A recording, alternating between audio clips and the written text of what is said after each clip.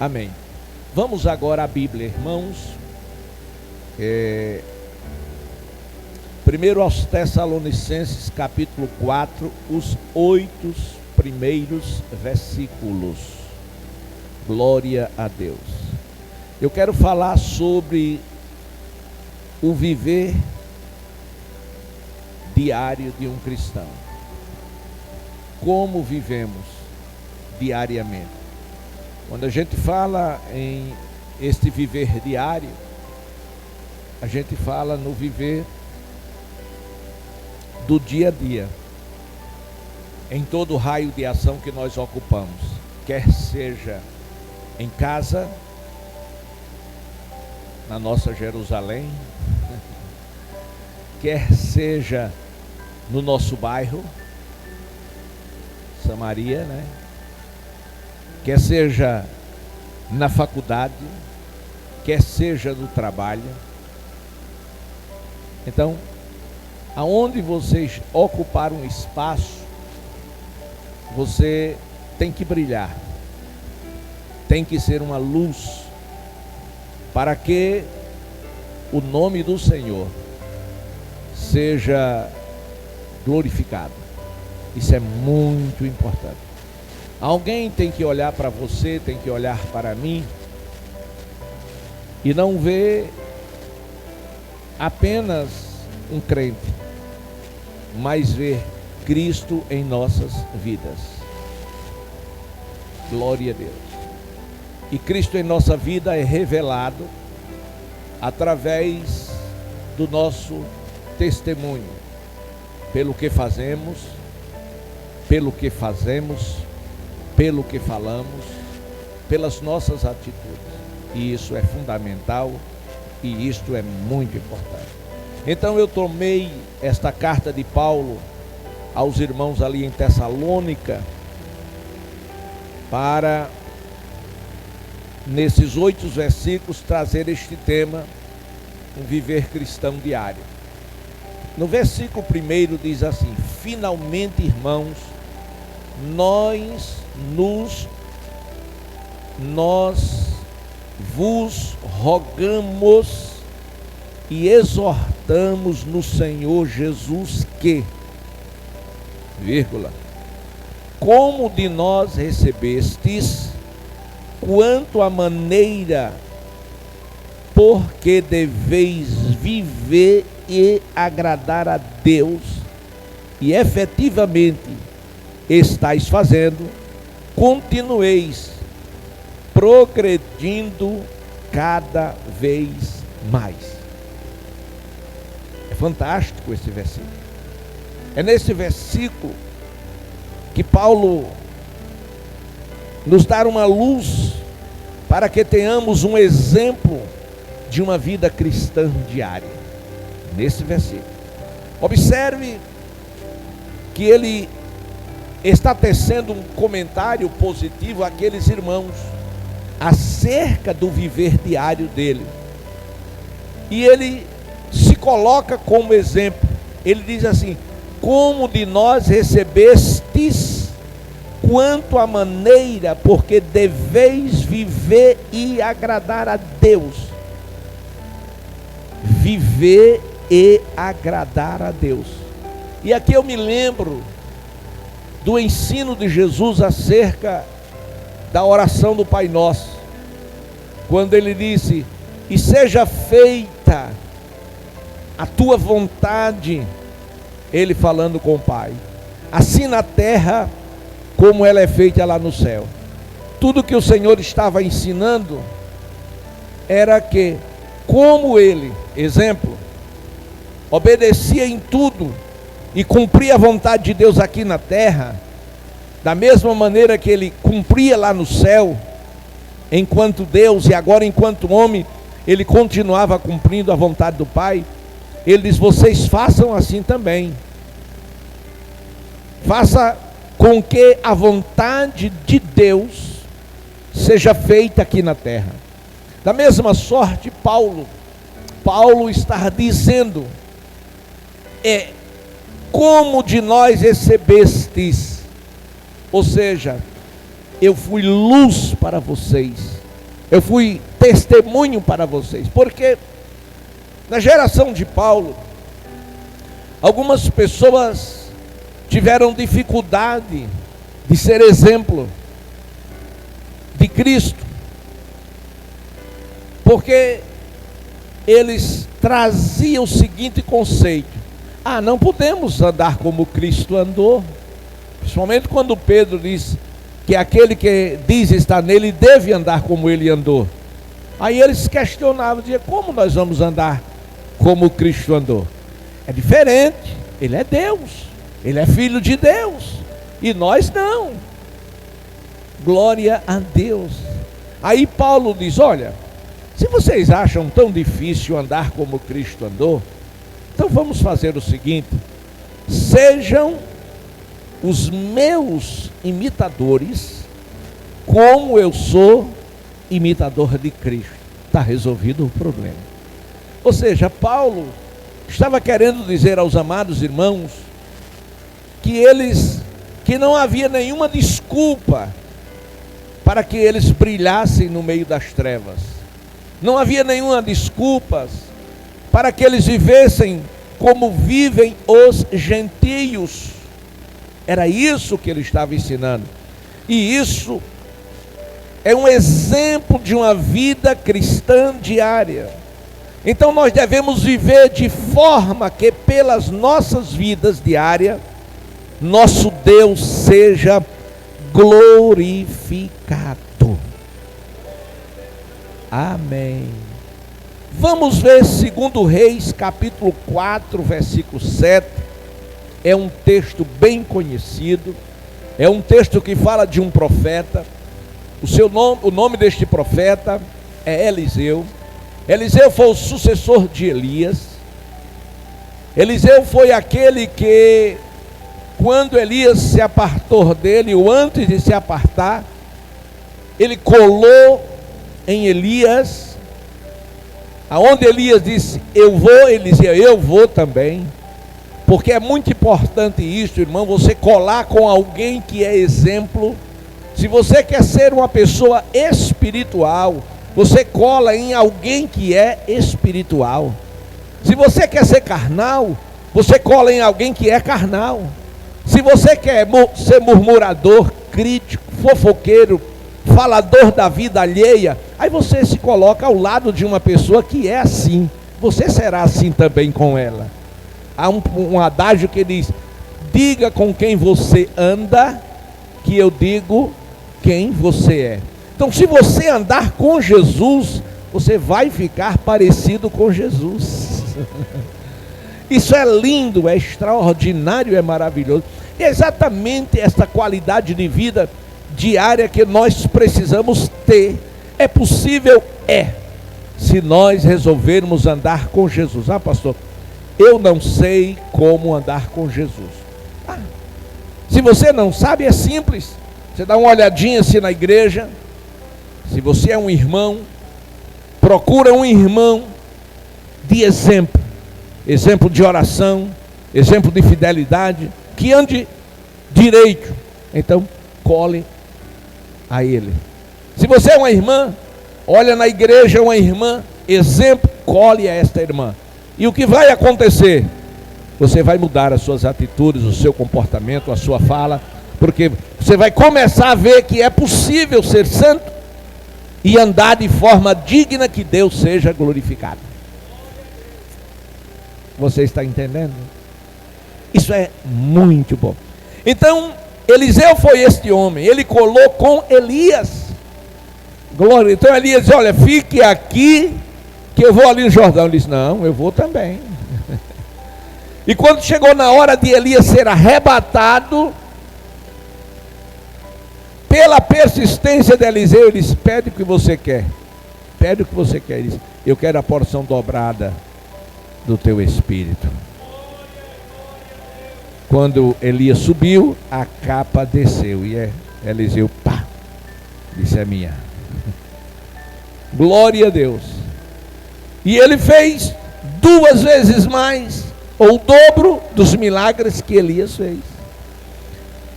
Então foi este Eliseu que ia sempre a Sunem. Segundo Reis, capítulo 4, versículo 9. Aí diz assim: ela disse ao seu marido, aquela mulher, ela observava Eliseu. Ela observou a vida daquele homem. Lá em Hebreus, diz que nós estamos cercados por uma grande nuvem de testemunho. Não pense o irmão, não pense a irmã nem o irmão, que o mundo não está olhando para você.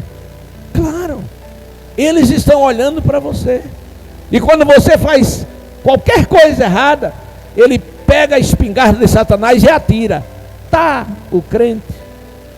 Você já ouviu? Já ouviu esse tiro? Tá, o crente. Glória a Deus. E já veio pecadores aqui dizer: olha, pastor, e é crente da sua igreja, mas fez assim. Eu digo: foi mesmo? Disse: foi. Digo: eu vou conversar com ele, vou conversar com ela. Então a mulher estava observando a vida de Eliseu, e ela chegou a uma conclusão: que Eliseu era diferente, tinha um exemplo de vida a ser seguido. Ela chama o marido e diz: olha, marido, vem cá, vejo que certamente Eliseu estava passando naquele momento, vejo que este que passa sempre por nós é um santo homem de Deus. Isso é extraordinário. Era a vida diária de Eliseu. Faça uma reflexão da sua vida diária. Como você está vivendo? Como alguém que resplandece a luz de Cristo? Como alguém que o mundo reconhece? Até o diabo tem que reconhecer que você é santo homem de Deus, santa mulher de Deus. Você viu quando Satanás se apresentou ao Senhor? E o que foi que Deus perguntou para Satanás? De onde você vem? Ele disse: eu venho de rodear a terra e passear por ela. Rodear a terra e passear por ela. Aí Deus perguntou para ele: você viu o meu servo Jó? Não há na terra ninguém como ele. Irmão, o diabo engoliu um seco, não teve resposta. Por quê? Porque Jó tinha exemplo na sociedade. E ele podia nem ter, porque ele era o homem mais rico daquela região. E você sabe que riqueza não é todo mundo que pode ter. Uma pessoa rica, irmão, é muito propenso às coisas erradas. Glória a Deus. É muito mais fácil você servir a Deus de forma mais correta na perseguição, na necessidade, na pobreza, do que na riqueza. É muito simples. Só é procurar na igreja os ricos. Procure aqui no Rio Largo, não na sede, no Rio Largo. Procure quantos ricos nós temos na igreja. E quando chega um rico na igreja, não são fiéis. Não todos, não, mas a maioria. Glória a Deus. Por quê? Porque ganha muito, não tem coragem de dar a Deus o que é de Deus. Mas Elias chamou a atenção daquela mulher, e ela disse: olha, marido, este homem que passa por nós é um santo homem de Deus. E ela resolveu abençoar o homem de Deus. Ou seja, ela foi tocada pelo Espírito Santo para abençoar o homem de Deus. A bênção do homem de Deus era o resultado da sua vida diária, do seu testemunho, que agradou tanto a Deus, que Deus disse: eu vou te abençoar, Eliseu. E Deus nos abençoa, irmãos, através das pessoas, sabia? Deus nos abençoa através das pessoas, irmãos, irmãs e até de pecadores. Aleluia. Nós temos N testemunhos dos nossos irmãos que estão reformando, construindo, e passa o pecador e olha e vê, diz: e aí? Estão fazendo o quê? E o irmão diz: assim, então eu vou dar a minha contribuição, dá 500 mil reais. Pecador. Glória a Deus. Ele dá a oferta que aquele irmão que vai ser beneficiado se nega a dar. Aí Deus diz: então eu levanto um pecador para dar no seu lugar. E a bênção vai para quem? Para o pecador, que ele lançou uma semente na obra de Deus. Aleluia. Salvação não é pelas obras, obviamente não. Glória a Deus. Mas está escrito: quem dá um copo com água dos meus pequeninos, de maneira nenhuma perderá o seu galardão. Pois é. Então observe que a mulher chama o marido, mostra o profeta, e depois diz o seguinte: vamos fazer um quarto no primeiro andar, obra de pedreiro, e coloquemos nesse quarto uma cama para ele descansar, uma mesa para ele escrever, fazer os seus sermões, uma cadeira para ele sentar, um candeeiro para ele não ficar no escuro. Quando ele vier à nossa casa, retirar-se-á para ali, ou seja, ele vai ficar ali no seu lugarzinho quieto. Eu chamo disso o quarto do profeta. Fui pregar numa cidade e fui para a casa do pastor. Ele me levou para a casa dele, um homem muito rico, glória a Deus.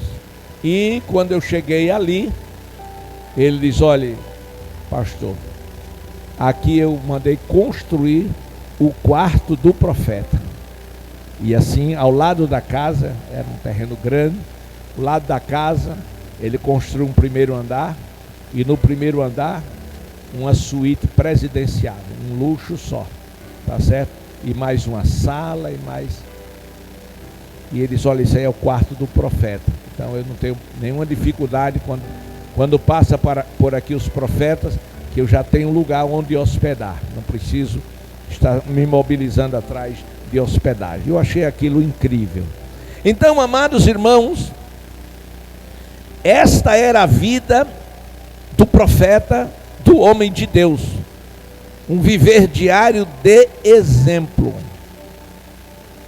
Eu quero dizer para você que o mais importante não é onde estamos, mas sim com quem estamos. Isso é importante. Não é onde você está, não é com quem você vai, não é com quem você está, não é onde você vai, mas é com quem você está. Mateus 28, 20, a parte B, foram as palavras de Jesus como promessa, quando disse: eis que eu estou convosco todos os dias. Mas essa promessa, muitas pessoas interpretam ela errada, porque Deus só vai estar conosco enquanto nós estivermos com Ele. Se a gente deixa Deus, Deus nos deixará. Está escrito, irmãos, lá em Crônicas 15, versículo 2, salvo engano, 2 Crônicas. Então, é muito importante que nós tenhamos um viver diário, que por ele Deus seja enaltecido e glorificado. Glória a Deus. Como está sendo o seu viver diário? Como está sendo? A Bíblia diz, irmãos, lá em João, foram palavras de Jesus também, 16 e 33. Jesus disse: no mundo tereis aflições. Isso é para quem serve e para quem também não serve.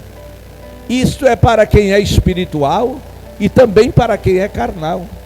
Em outras palavras, as lutas do dia a dia, as intempéries, ela é para todos.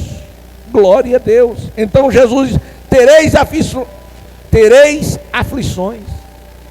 Aflições entre falsos irmãos, entre falsos amigos, entre os nossos inimigos, entre luz no meio das trevas, entre crentes naturais e espirituais. Paulo falou isso em 1 Coríntios 2, 14 ao 16, eu queria que você lesse. 1 Coríntios, capítulo 2, 14 a 16. É muito interessante que Paulo está ensinando aqui. Ele disse o seguinte, versículo 14: ora, o homem natural, no versículo 14. No versículo 15 diz: ora, porém o homem espiritual. Então observe que ele fala de duas classes de pessoas: o natural, a pessoa natural e a pessoa espiritual. Aí ele diz o seguinte, no versículo 14: o homem natural não compreende, na minha tradução diz, não aceita as coisas do Espírito de Deus. Glória a Deus. Por exemplo, um homem natural não faz sacrifício ao Senhor, não jejuma.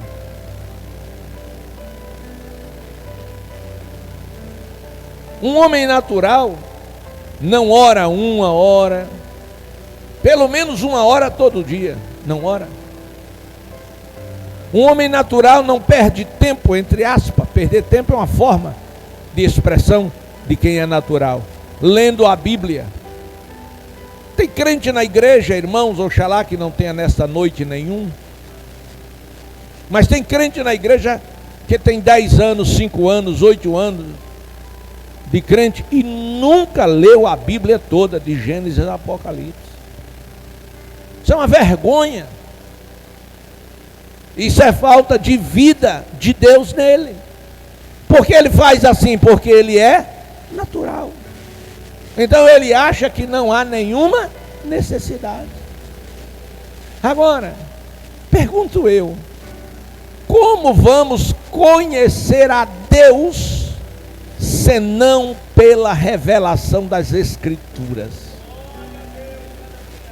Vivemos em tempos difíceis, vivemos em tempos trabalhosos, vivemos em tempo de muitos ministérios e igrejas que ficam inovando as coisas, que ficam atraindo a atenção das pessoas com coisas que não está nas Escrituras, dizendo do nome de Deus, usando o nome de Deus em vão, dizendo que Deus está dizendo, que Deus mandou dizer, sem Deus estar dizendo nem mandando dizer. Glória a Deus.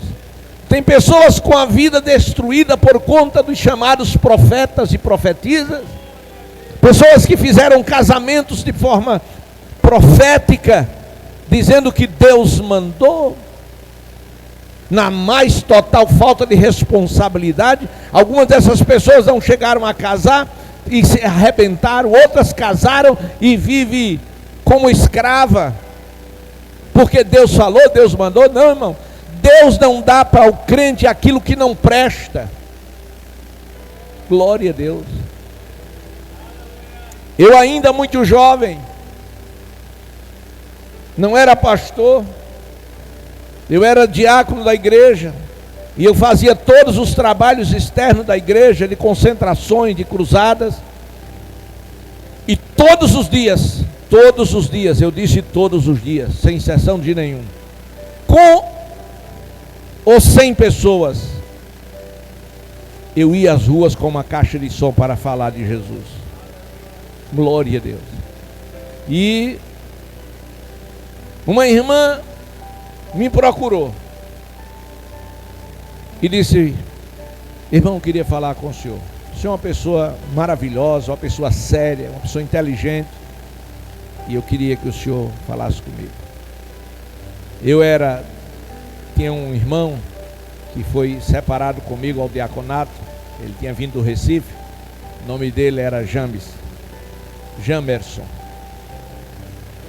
E ele trabalhava, era solteiro, trabalhava no banco, no Bradesco.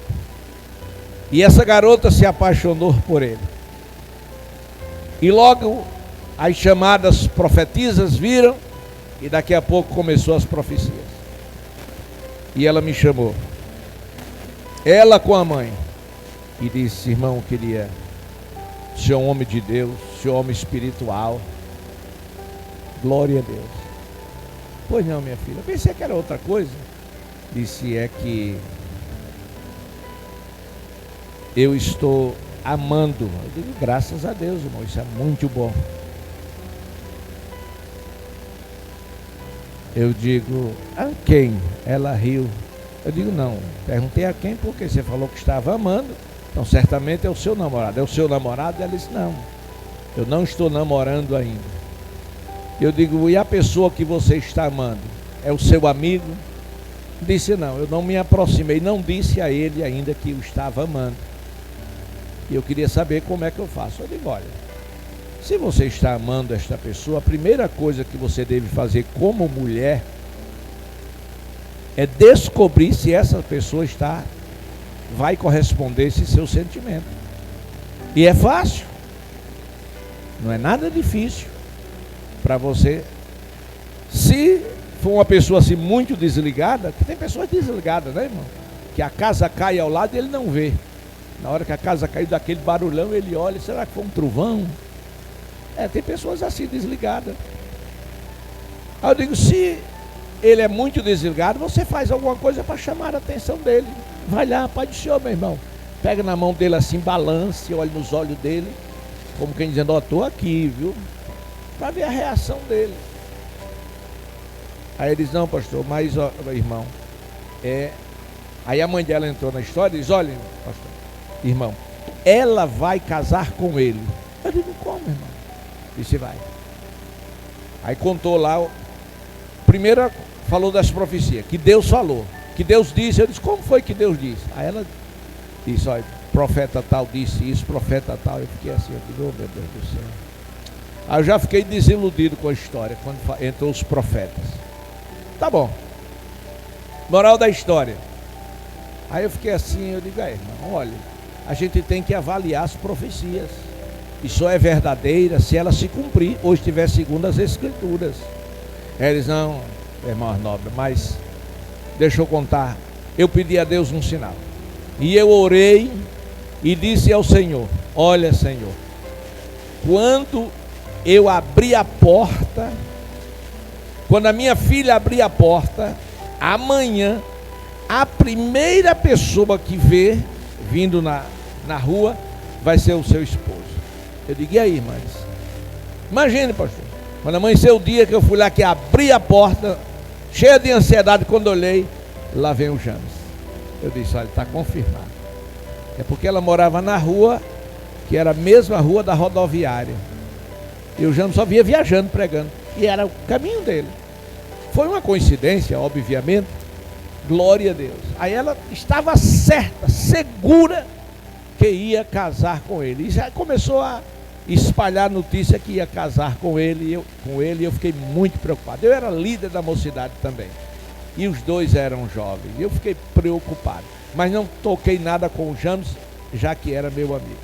Resultado: 3 meses depois, aquela menina sonhando com o casamento com ele e tal, e sem namorar ainda.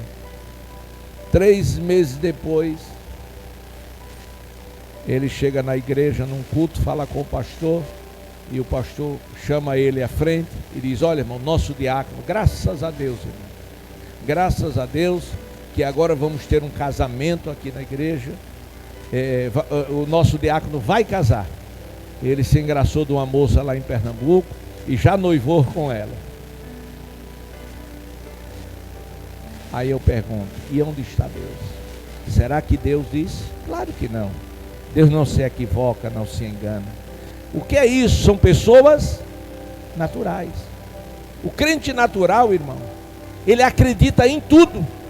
Bateu aqui, e disse, é Deus que manda te dizer, ele já está acreditando. Não, irmão. A Bíblia manda que você faça a prova, se é ou se não é. Diferente do crente espiritual.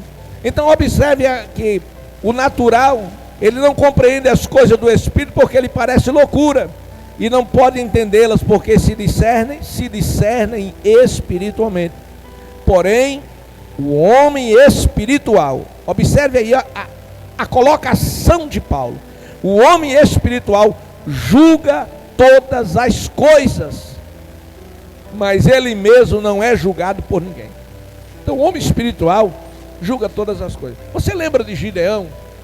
O anjo apareceu para ele, e o que foi que o anjo disse? Varão valoroso, o Senhor é contigo. E ele não saiu por aí gritando que o anjo disse que Deus era com ele. Ele disse, não é assim não, seu anjo. Eu quero saber o que é feito dos milagres que os nossos pais contaram. Olha a situação de Israel. Todo mundo aqui sofrendo, 7 anos de cativeiro. Aí disse, não, é você, Deus vai contar com você para livrar Israel.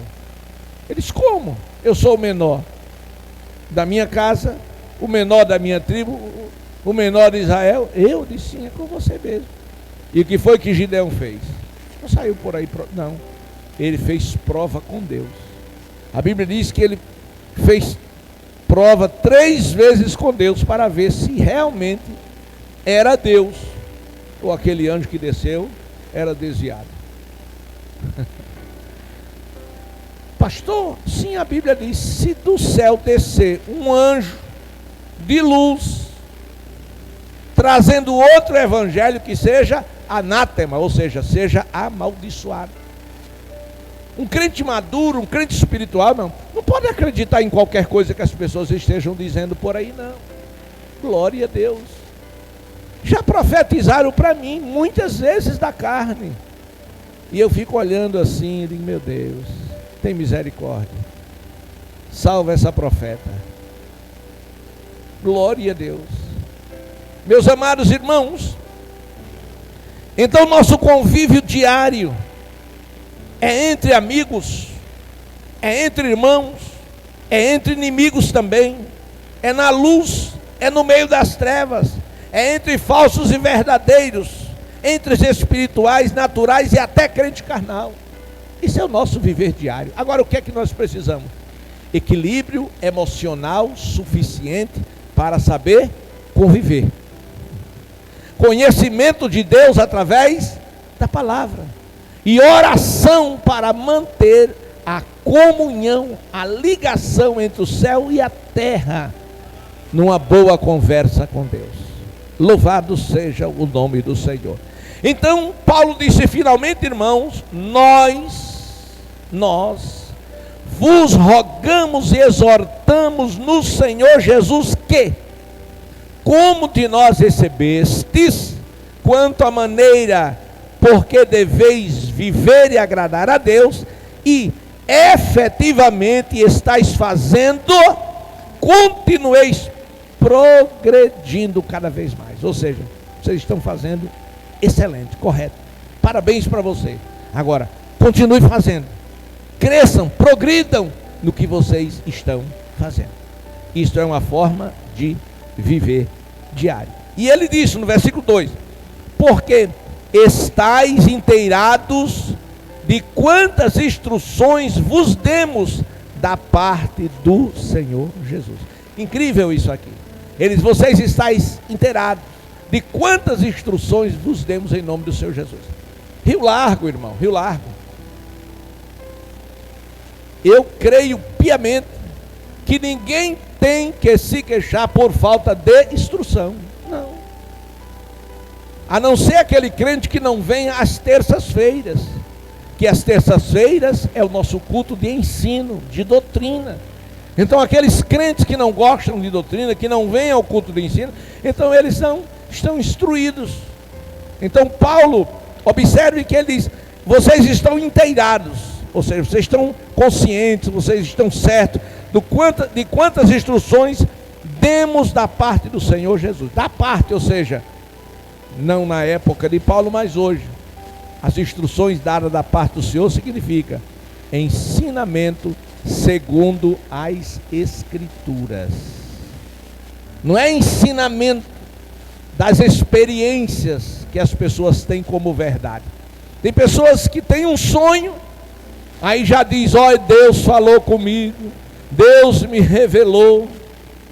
Teve uma irmã que procurou o pastor para dizer de uma revelação que teve, e falou de um anjo velho da cara feia. Glória a Deus. E nessa igreja tinha um diácono que era velho, tinha a cara bem feia. Aí eles: a irmã sonhou com o diácono fulano de tal. E botaram o nome dele, o anjo da cara feia.